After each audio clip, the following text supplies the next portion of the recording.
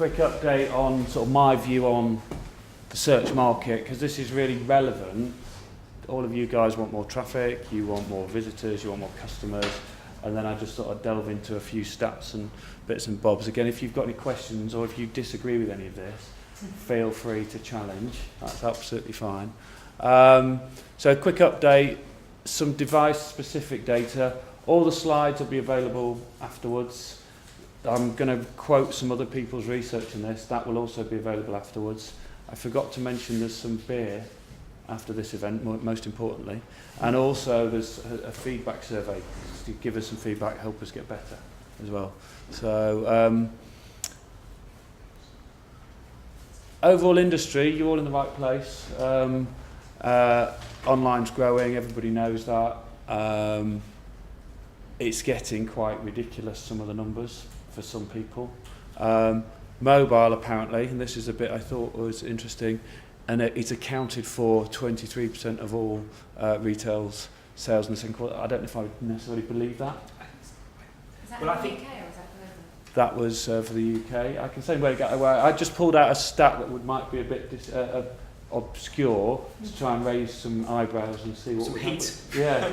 And I don't know how they can work that out. I think it's rough. I mean, stats like that just are now completely pointless because it's just the journeys are not just don't work like that. And I also think that the thing I want to get and start raising discussion is what is mobile. So if I'm on my mobile on Wi-Fi at home, am I mobile? Or if I'm on my laptop sat in a Starbucks on Wi-Fi, am I mobile because I'm not in my house? And it's that whole situation-based and how you market to people in different situations, as well as and do you want to start tracking all the different ways of how they're connecting to the internet and keeping that with the user and all those sorts of things. So, but ultimately, people just want to do what they want to do, where they want to do it, and how they do it, and it makes everybody here's job a lot harder. Just think about how you look for stuff. I was in a hotel last night. They have unique Wi-Fi codes for, and I needed 4 different codes, which is a bit sad, really. Just to get all my things on the Wi-Fi. This is something as a global search marketing agency I'm particularly proud of, and you should all give yourself a massive pat on the back. It's predicted that the UK is going to have 23% of its total retail is going to be online by 2016, I think it's saying, compared to the rest of the world where we're light years ahead. So don't play yourself down. If you think about some, ASOS have done it, lots of other successful brands have taken what they do in the UK and gone global with it. It's not as scary or as hard as you think, and actually in some countries they're not very good. In fact, if anything, the UK is probably the most competitive market online in the world. So if you can do it here, there's probably some opportunities lurking overseas. So bear that in mind as well. But then you've got different language, different device, and loads of other challenges to think about there. John, why do you think it's so much higher in the UK than every other market? I've got a thought on this. I think we're obviously such an advanced nation of people. I think there's less people trying to do more stuff, so we have to be better at it. And what I mean by that, we work a lot with big American brands as well. And normally what happens is an American brand comes to talk to us and says, can you do our European search marketing? Well, which particular bit of Europe? And they go, well, just all of it. And you're like, well, actually, we want to do France. And then we get into that. And actually what we end up doing is we end up doing the US stuff as well.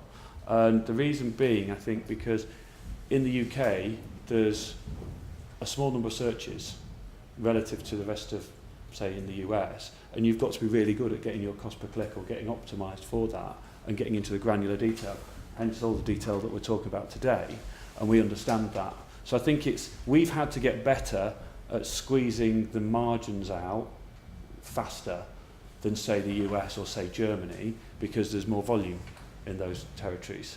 So if you're mediocre at PPC in America, you get quite good results. And nobody really questions the ROI. Doesn't really matter if there's a load of wastage because it's sort of working. whereas you can't really get away with being mediocre at PPC in the UK because the scrutiny is on you. That's my sort of view. I don't know if you want to add anything. I think that I'd look at it slightly differently or add to it. I think it helps a lot with a relatively small country with a relatively big population. It means that online retail works really well because you can distribute your products next day very, very easily, or same day, or within. Is it Amazon's got 1 hour delivery now, isn't it, in London? I mean, it's just astonishing.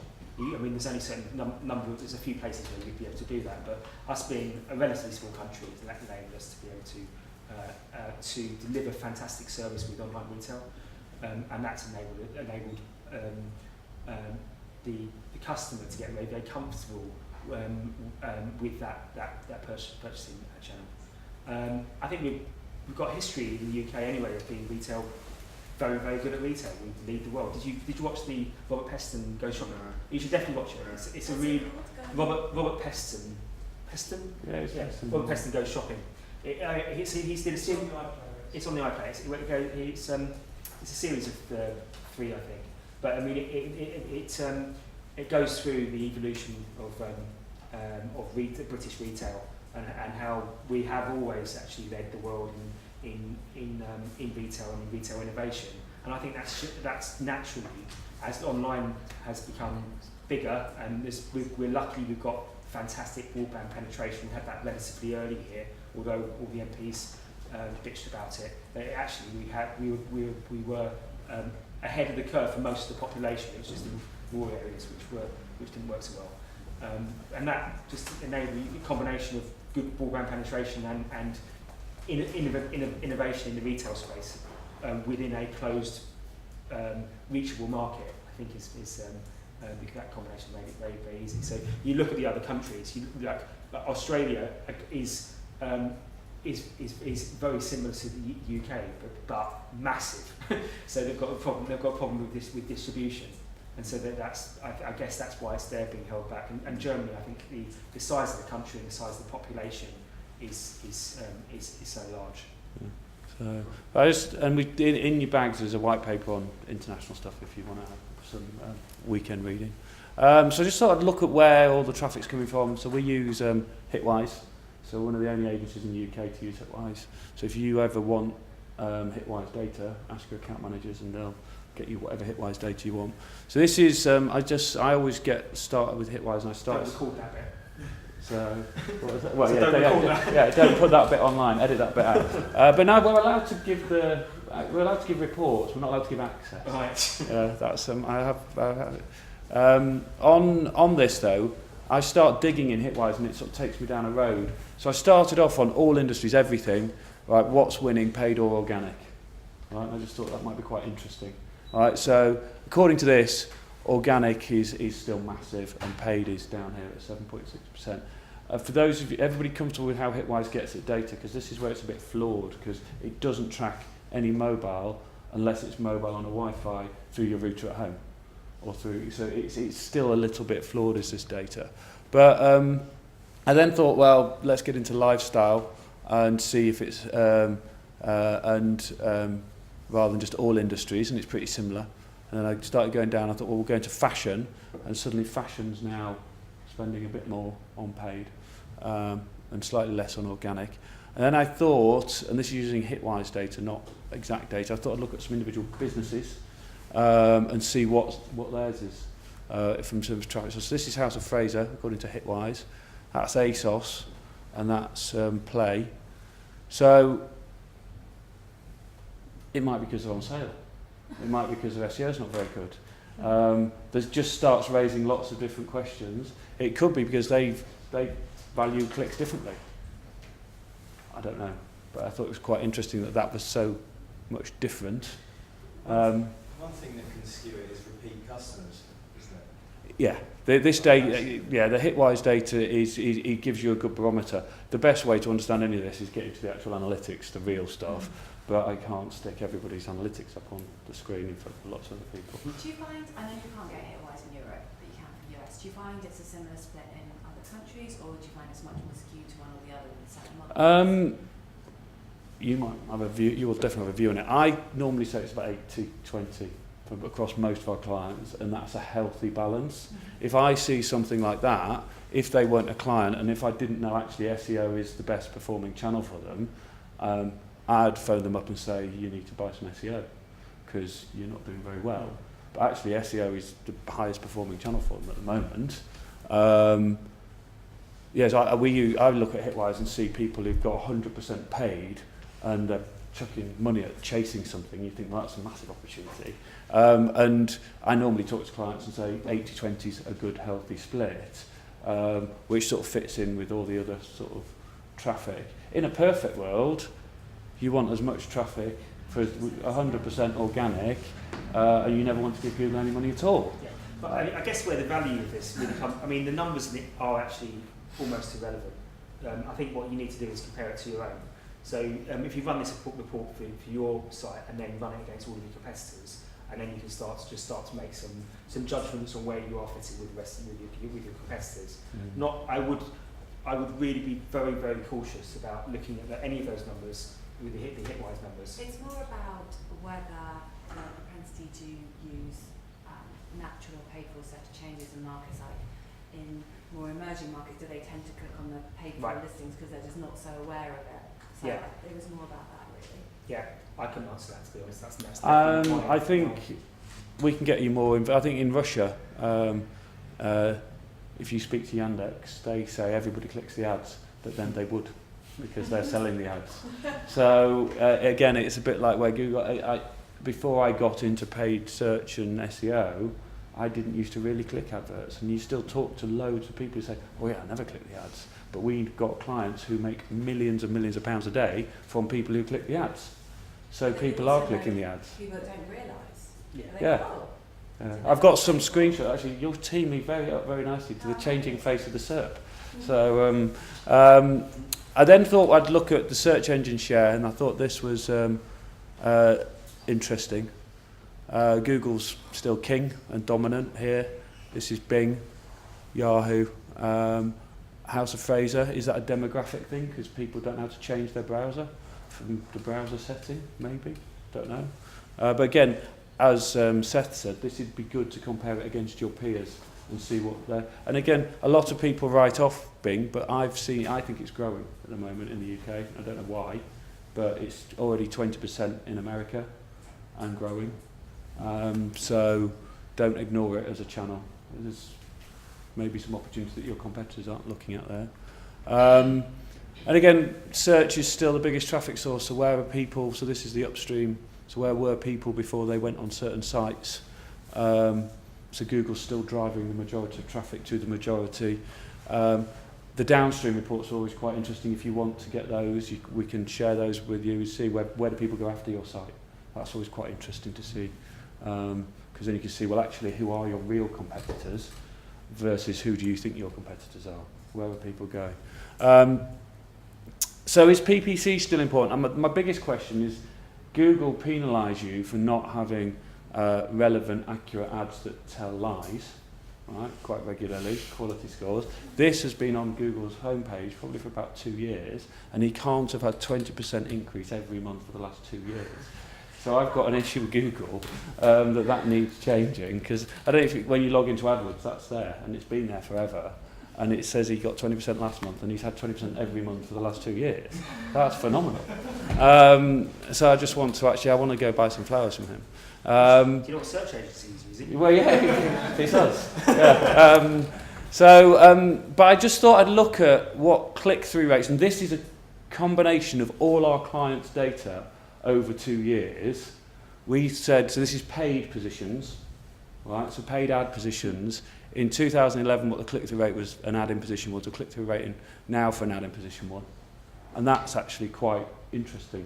Pete, our head of PPC, is going to start writing. When he started doing this, he started almost writing a white paper on it. He did do a whole blog post on this, which is on our blog, and sort of why we think this is. But fundamentally, we think it's because of the change. So this was the SERP. I've now started taking screenshots of the SERP once a month, every month, and saving them. I know that's a bit sad, but it's actually quite interesting. It's almost like time lapse. But so that actually looks a lot older, doesn't it, if you just look at that, even just the browser. And if we then look at 2013, so this is addresses one, and you can see here, and then if you put them together, I think the actual screen cutoff is probably about here. So most of the real estate on the screen is paid for advertising.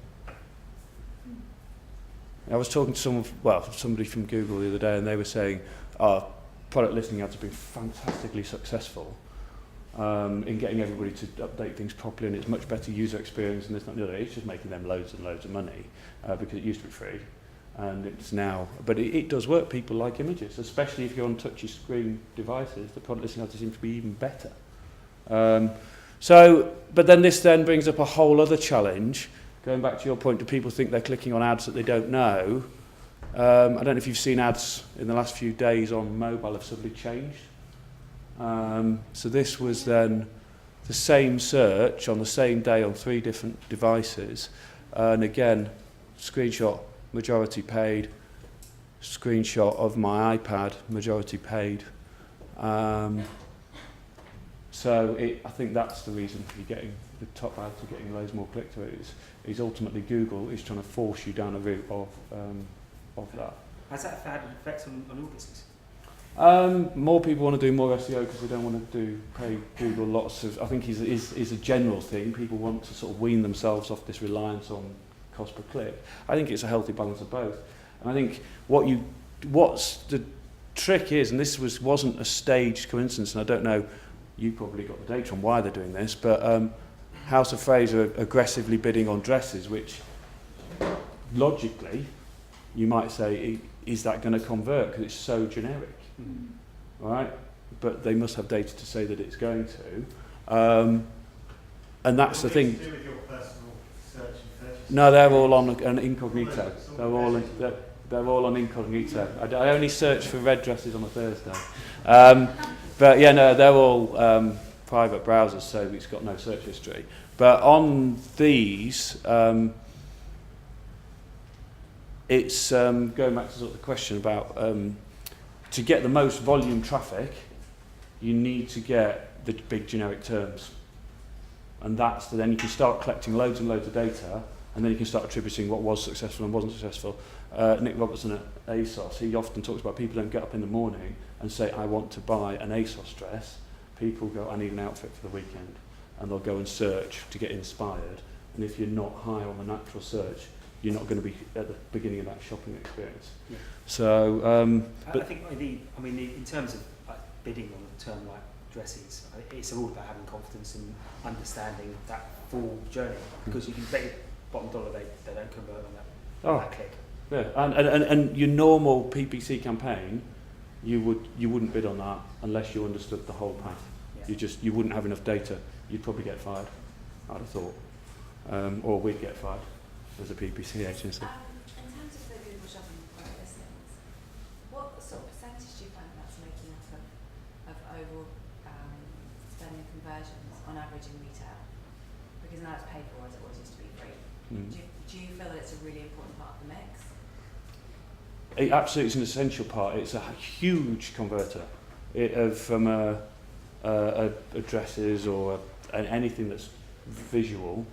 Absolutely, the first thing we would do. We actually have a specialist now whose full-time job it is optimising the words. So this is almost between an SEO person and a PPC person. Is optimising how you describe your stuff in the product listing ad. So because Google currently just decides who goes in here. Right, so what we're trying to do is work out how can we get our clients in there more often. Right, so there's a sort of optimising your product listing ad feed to make sure that you show more often, is because those clicks are so valuable. I didn't realise they were doing that. So that's not about, you can't bid to be in that. Yeah, you bid to be in there, but there's a level of Google just sort of deciding. Using it special mode. Yeah. I don't think they expected it to be so successful so quickly, if I'm honest. The uptake has been phenomenal. So quickly, so this then brings on this whole mobile. This is some research Google did with Nielsen, and this is the stat. We actually print it on the back of our business cards, which are kindly produced by me. 77% of mobile searches are actually at home or at work, so they're on Wi-Fi. And actually, if you look at traffic in Hitwise now, you can start seeing mobile sites coming through as well. And that's obviously because people are looking on a mobile device, because they can only track you if you're on a Wi-Fi connection through the ISP. So I just thought I'd try and put this into a bit of context with some of our clients. People are doing it in store. A lot of stores now are giving away free Wi-Fi to encourage people to do more stuff in store. Again, I think that's a really good idea. Tracking opportunity. Massive. In terms of if you've got if you are giving away a free Wi-Fi in store, that's a great opportunity to capture an idea. Get them to give it to them for free, but get them just to give you their email address. So that made me sort of think about, well, what's our clients? This is our top 20 clients' traffic over the last 3 months by device. So it's still majority desktop, mobile, and then tablet. I then did it again. You can have a look at this. What was interesting is hotels, a lot on mobile, where you'd sort of expect that. A lot of it also is then going on paid and then converting quite quickly. So again, that's quite an interesting stuff. But our view is ultimately SEO is where you need to be to get the volume of traffic in terms of cost per click. If you stacked up, we did an exercise with a big bingo company and looked at what they're willing to pay for a click on bingo, and they're willing to pay up to £20 per click to get bingo traffic. You look at then how much traffic we would get them from SEO, and it's nowhere near. I'm in the wrong. I should be charging them on a per click basis from SEO basically, and they'd be paying us hundreds of thousands of pounds a month for the traffic that they get. Just quickly, a reminder, most of you all know this, there is still a huge technical element to your SEO, really important, get it right, but it's all about content. And this is the same for your mobile. So you may or may not have apps. Again, that's a really good opportunity to get more data, but I think now you don't need to be thinking about a mobile website. You don't need to do like this. You need websites that work on anything and everything that's coming out next. That's the big challenge. The way I want you to start thinking about Google, it's like an ecosystem. Right, and where's your place in this ecosystem? And if you start trying to cheat or pollute the ecosystem, either you're going to die or someone else is going to die, or something bad's going to happen. Ultimately, the actual ecosystem in practice is your content, loads of bloggers and influencers, a bigger audience out there somewhere, and they all want to link to you and promote your content. And that's the sort of process and the ecosystem in practice, and understanding where you fit in with all of that. Are you saying no one's ever done well from polluting the ecosystem? I think people have done very well. I know people, we were just discussing this actually, I know people driving Ferraris because they polluted the ecosystem. However, they're no longer in business now. So I think it's about scalable, sustainable, long-term approach. There's a thing in your bags about the future past of SEO, and we go through the fact that it did work to buy links from newspapers. Interfloor did very well for a long period of time and then suddenly disappeared from Google. So it depends on what you're trying to do. If you're trying to build a long-term platform for business growth that's got some value, then look at this. If you're just trying to get rich quick, there's probably techniques that you could do to get rich really quickly, but you might not be there next week. It depends on I know a lot of people, I know some travel people who've made a lot of money from spamming Google, but it's not a sustainable model. So there's and it's going to become harder and harder. Yeah, with this whole hummingbird, I'm particularly not talking about pandas, penguins, hummingbirds or anything like that, but it's going to get harder to... Google's got more clever, smart people than Search Laboratory, DC Storm and all of us put together, and they're just trying to clamp down on all of this stuff. There are, however, SEOs out there who still think they're smarter than Google. I think that's going to catch up with them at some point. I don't know what you think. I agree. Yeah, you've got to play by Google's games, unfortunately, or fortunately. I think you'll win in the long run. So this is our whole thing, and you guys know this. Create the content for the people, and Google find it, and then it'll give you the recommended credit for it. But now you've got to think about the context which that content's been absorbed. So think about what are they actually doing. So where are they? What are they doing? What device are they reading it on? And how are they then going to share it around the ecosystem to promote it? So can they actually share your content easily from their mobile device. So a big thing I get frustrated about, a lot of our blog, people who read our blog, read it on a mobile device and then try and share it, which is great, but if our sharing buttons don't work when they're on an iPhone, then that's poor. So it's thinking about all of your content needs to work on everything and give people the quick and easy way to promote you.